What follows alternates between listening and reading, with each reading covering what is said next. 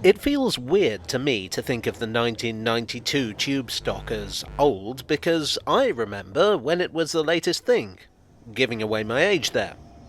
Nevertheless, as of 2023, the 1992 stock will have been in service for 30 years.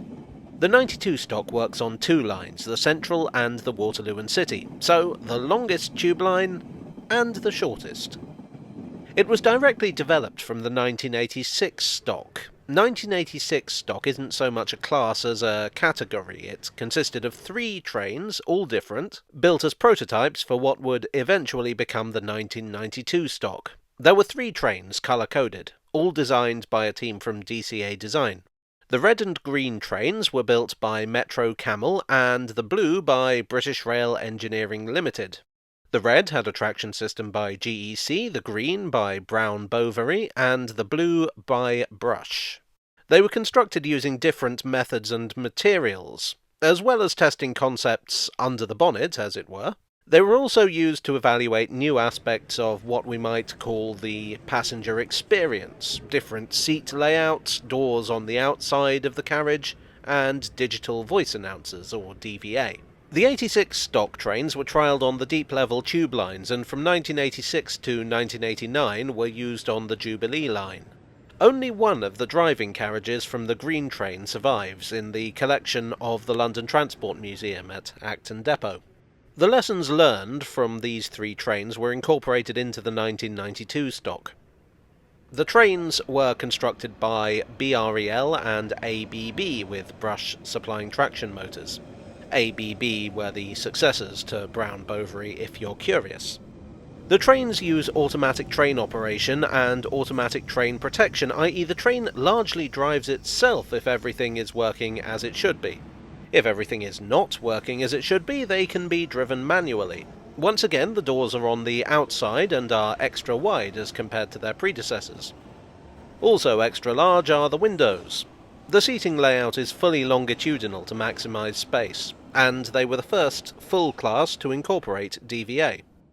DVA is that kind of computerised system you hear now where you get announcements spliced together from different recorded words and phrases. I've heard it said that among TfL professionals the voice is known as Sonia because she gets on your nerves. But if anyone working on the tube can confirm or deny this either way, I would be interested to hear from you in the comments section. The voice of Sonia was originally Janet Mayo and is now Emma Clark, although Clark was dismissed in 2007 for making parody announcements on her personal website. Tube announcements are serious business, y'all. Train construction took place from 1991 to 1994, with the first trains coming into service in 1993. Interestingly, these trains weren't specifically intended to premiere on the Central Line, but the signals were being modernised. And it was decided that it was a good opportunity to replace the 1962 stock trains then in service while they were about it. At the same time, the Waterloo and City lines, Class 487 trains built in 1940, were definitely showing their age. At this time, the Waterloo and City line was not officially part of the Underground. It was owned by British Rail under their Network South East division. British Rail decided to order some 1992 stock trains of their own, but knew them as Class 482 and painted them in a largely blue livery. But in 1994, with the advent of rail privatisation, the powers that be decided that it made more sense for the Waterloo and City to officially become a tube line. And it was sold to London Transport for a nominal fee of £1. The Waterloo and City trains differ slightly from the Central trains, partly because it's a far less intensive service and partly because the line differs from other tube lines. For one thing, it didn't get that late 80s signalling upgrade, so the trains retain tripcocks to operate the signals. The trains consist of 2-car units, with the Central Line trains formed into 8-car sets and the Waterloo and City trains formed into 4-car sets. Because the same trains are used on both lines, Central Line drivers also operate the Waterloo and City line. The 92 stock's career has been eventful, and it has to be said, not in a good way. They have, or at least had, a reputation for poor reliability, the poorest on the system, in fact. In the early days, this was largely due to the new and untried technology incorporated. The 1992 stock was more computerized than anything seen before on the Underground.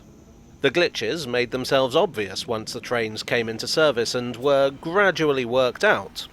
But the feeling among many commuters was that they'd been better off with the 30-year-old trains that had just been replaced.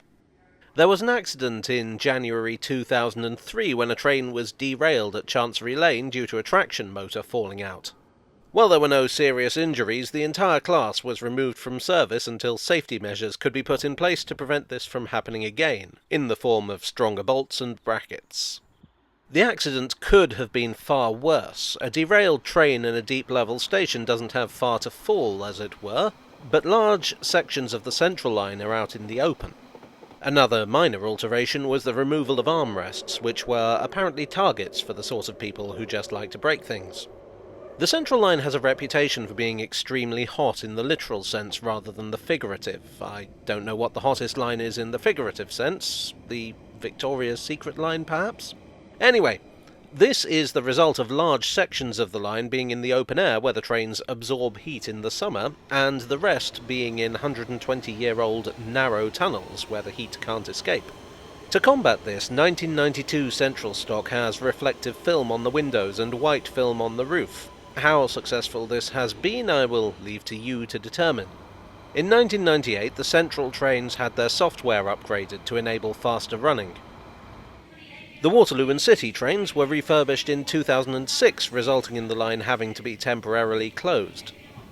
The Central Line trains followed between 2011 and 2012, in part to prepare for the 2012 Olympics. The Central Line trains are currently undergoing a second refurbishment, which is intended to bring them up to modern spec. That is to say, better wheelchair access, better information displays, and CCTV throughout the train, plus new traction motors. Work on the prototype began in 2019, but as I'm sure you are aware, TfL has not been in the greatest financial shape these past couple of years. Originally, the aim was to have the whole class upgraded by 2023, but now, who knows?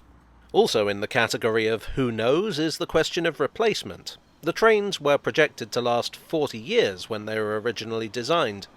But like the Piccadilly and Bakerloo lines, the Central and Waterloo and City lines fall under the new Tube for London programme, which would see all trains replaced with the new 2024 stock.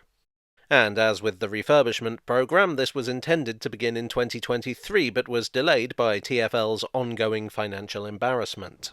It is currently estimated that the first trains will arrive in 2025, but the Piccadilly line gets priority. So the 92 stock likely won't be withdrawn until the late 2020s at the earliest. I find it curious that an extensive refurbishment is being carried out so near to replacement, so maybe the idea is that the refurbished trains will find a new home elsewhere.